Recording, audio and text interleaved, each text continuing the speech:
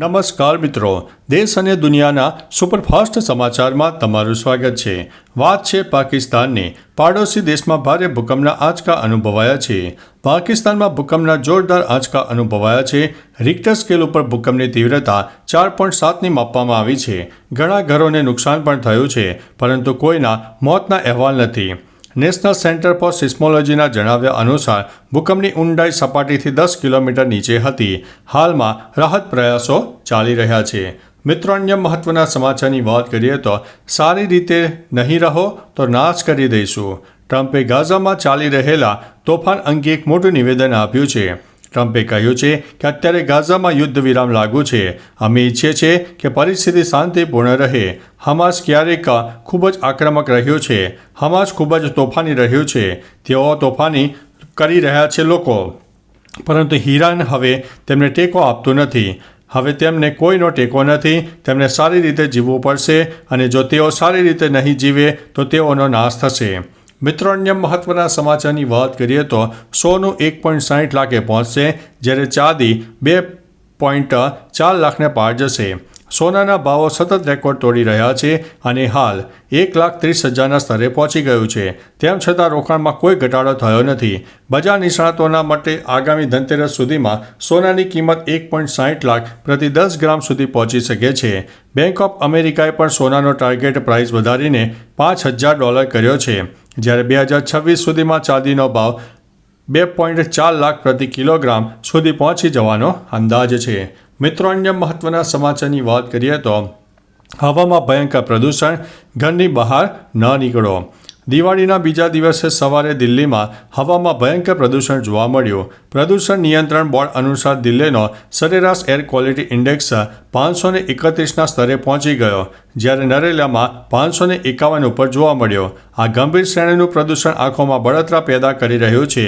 તો અમદાવાદમાં રાત્રે 11:15 વાગે એર ક્વોલિટી ઇન્ડેક્સ 371 સુધી પહોંચી ગયો, એટલે કે હવા ખૂબ જ ખરાબ અને લોકો માટે જોખમકારક બની રહી છે, અને શ્વાસ લેવામાં પણ તકલીફ પડે તેવી પરિસ્થિતિનું નિર્માણ થયું છે। મિત્રો, અન્ય મહત્વના સમાચારની વાત કરીએ તો પાકિસ્તાની યુવતીનો વિડીયો વાયરલ, લોકો થયા છે દીવાના। સોશિયલ મીડિયા પર એક પાકિસ્તાની યુવતીનો ડાન્સ વિડીયો હાલમાં ધૂમ મચાવી રહ્યો છે। યુવતી લાલ દુપટ્ટા અને પરંપરાગત સૂટમાં અદ્ભુત સુંદરતા અને આત્મવિશ્વાસ સાથે ડાન્સ કરતી જોવા મળી રહી છે। લોકો તેની માસૂમિયત અને નેચરલ વાઇબની ખૂબ પ્રશંસા કરી રહ્યા છે। ઘણા યુઝર્સે ટિપ્પણી કરી છે કે પાકિસ્તાનની હવામાં કંઈક તો જાદુ છે, જેના કારણે આ વિડીયો વારંવાર જોવાઈ રહ્યો છે। મિત્રો, અન્ય મહત્વના સમાચારની વાત કરીએ તો દુબઈના બુર્જ ખલીફા પર દિવાળીની ચમક। દિવાળીના પવિત્ર તહેવાર નિમિત્તે દુબઈમાં આવેલી વિશ્વની સૌથી ઊંચી ઇમારત બુર્જ ખલીફા પર ભવ્ય લાઇટ શો દ્વારા વિશેષ શુભકામનાઓ આપવામાં આવી। બુર્જ ખલીફા પર હિન્દીમાં રોશની કા ત્યોહાર, સાથ લાए खुशियाँ और समृद्धि, आप सभी को शुभ दीपावली લખીને પ્રકાશિત કરવામાં આવ્યું હતું। આ અદ્ભુત દ્રશ્યએ દુનિયાભરમાં રહેતા ભારતીયોમાં ઉત્સાહ વધાર્યો અને તહેવારની ભવ્યતાને વૈશ્વિક સ્તરે દર્શાવી છે। મિત્રો, અન્ય મહત્વના સમાચારની વાત કરીએ તો અમદાવાદમાં ફટાકડામાં આગ લાગતા અફરાતફરીનો માહોલ। અમદાવાદના રાયખડ વિસ્તારમાં આઈપી મિશન 4 રસ્તા પાસે રોડની સાઈડમાં પાથરણા પાથરીને ફટાકડા વેચતા વેપારીઓના માલમાં આગ લાગવાની ઘટના બની। આગ લાગતા જોરદાર ફટાકડા ફૂટવાનો અવાજ પણ આવ્યો અને અફરાતફરી મચી ગઈ। રોડ પર મંજૂરી વગર ફટાકડા વેચતા હોવાનું સામે આવ્યું છે। સદનસીબે કોઈ જાનહાનિના સમાચાર નથી, પરંતુ ફાયર બ્રિગેડને આ અંગે કોઈ જાણ કરવામાં આવી નહોતી। મિત્રો, અન્ય મહત્વના સમાચારની વાત કરીએ તો ચાવાડા પાસે 85 એટીએમ અને 101.5 કરોડ રોકડ છે। બિહારના ગોપાલગંજમાં પોલીસે એક ચા વેચતા દુકાનદારના ઘરે દરોડો પાડીને મોટા સાયબર ઠગાઈ નેટવર્કનો પર્દાફાશ કર્યો છે। પોલીસે 1 કરોડથી વધુ રોકડ, 344 ગ્રામ સોનું, 1.75 કિલો ચાંદી અને 85 એટીએમ કાર્ડ જપ્ત કર્યા છે। મુખ્ય આરોપી અભિષેક કુમાર દુબઈથી આ નેટવર્ક ચલાવતો હતો, જ્યારે તેનો ભાઈ આદિત્ય કુમાર ગામમાંથી મદદ કરતો હતો। આટલી મોટી જપ્તી બાદ આવકવેરા વિભાગ અને એટીએસ દ્વારા વધુ તપાસ હાથ ધરવામાં આવી છે। મિત્રો, અન્ય મહત્વના સમાચારની વાત કરીએ તો સૌરાષ્ટ્ર યુનિવર્સિટીમાં પ્રવેશતા નિરસ્તા જોવા મળી છે। સૌરાષ્ટ્ર યુનિવર્સિટીમાં સ્નાતક અને અનુસ્નાતક કક્ષાના 1 લાખથી વધુ બેઠકો સામે માત્ર 56,143 વિદ્યાર્થીઓને પ્રવેશ લીધો છે। જીકાસ પોર્ટલ દ્વારા અનેક રાઉન્ડ પૂરા થયા છતાં અંડર ગ્રેજ્યુએટ કોર્સમાં 89,666 બેઠકો સામે 45,729 સીટો ખાલી રહી છે, જે વિદ્યાર્થીઓની નિરસતા દર્શાવે છે. જો કે પીજીની કેટલીક ખાનગી કોલેજોમાં યુનિવર્સિટી ભવનો કરતાં વધુ પ્રવેશ માટે રાહ જોવા મળી રહી છે. મિત્રો, અન્ય મહત્વના સમાચારની વાત કરીએ તો ચક્રવાત સક્રિય થયું, 11 રાજ્યમાં અસર, હવામાન વિભાગનું 4 રાજ્યોમાં એલર્ટ. ભારતમાં ચોમાસું પાછું ફર્યું છતાં હવામાનનો પ્રકોપ યથાવત છે. હવામાન વિભાગે બંગાળની ખાડી પર ચક્રવાતની ચેતવણી આપી છે. ગઈકાલથી તે વધુ તીવ્ર બની રહ્યું છે.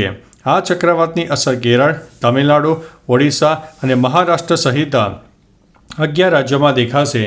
હવામાન વિભાગે આંદામાન, તમિલનાડુ, કેરળ અને દરિયાકાંઠાના આંધ્રપ્રદેશ માટે એલર્ટ જારી કર્યું છે, જ્યાં 23 ઓક્ટોબર સુધી ભારે વરસાદની આગાહી છે. મિત્રો, અન્ય મહત્વના સમાચારની વાત કરીએ તો બોલિવૂડના પ્રખ્યાત અભિનેતાનું મોત. બ્લોકબસ્ટર ફિલ્મ શોલેમાં જેલરને યાદગાર રોલ ભજવનાર અભિનેતા ગોવર્ધન અસરાનીનું સોમવારે બપોરે 1 વાગ્યે નિધન થયું છે. 84 વર્ષની ઉંમરે તેમણે અંતિમ શ્વાસ લીધા. તેમના મેનેજર બાબુભાઈ થીબાએ આ સમાચારની પુષ્ટિ કરી છે. લંગ્સમાં પાણી ભરાઈ જવાને કારણે તેમને 4 દિવસ પહેલાં હોસ્પિટલમાં દાખલ કરવામાં આવ્યા. ભારતીય સિનેમામાં કોમેડી કલાકાર તરીકે તેમનું યોગદાન અમૂલ્ય રહ્યું છે. મિત્રો, અન્ય મહત્વના સમાચારની વાત કરીએ તો ઈપીએફઓના નવા નિયમોથી નોકરિયાતો નારાજ છે. કેન્દ્રીય શ્રમ મંત્રી મનસુખ માંડવિયાએ જાહેર કરેલા ઈપીએફઓના નવા નિયમોથી નોકરિયાત વર્ગમાં નારાજગી છે. સરકાર ભલે 100% પીએફ ઉપાડવાની વાત કરતી હોય, પરંતુ હવે નોકરી ગુમાવનાર કર્મચારીએ પીએફમાંથી પૈસા ઉપાડવા માટે 12 મહિના સુધી રાહ જોવી પડશે. ઉપરાંત નિવૃત્તિ સુધી કુલ જમા રકમના 25% હિસ્સો કાયમ માટે પીએફ એકાઉન્ટમાં જમા રાખવાનો નિયમ પણ નોકરિયાતોને મંજૂર નથી. તો ચાલો મિત્રો, ફરીથી દેશ અને દુનિયાના સુપરફાસ્ટ સમાચાર લઈને મળતા રહીશો. ત્યાં સુધી અમને રજા આપશો. નમસ્તે.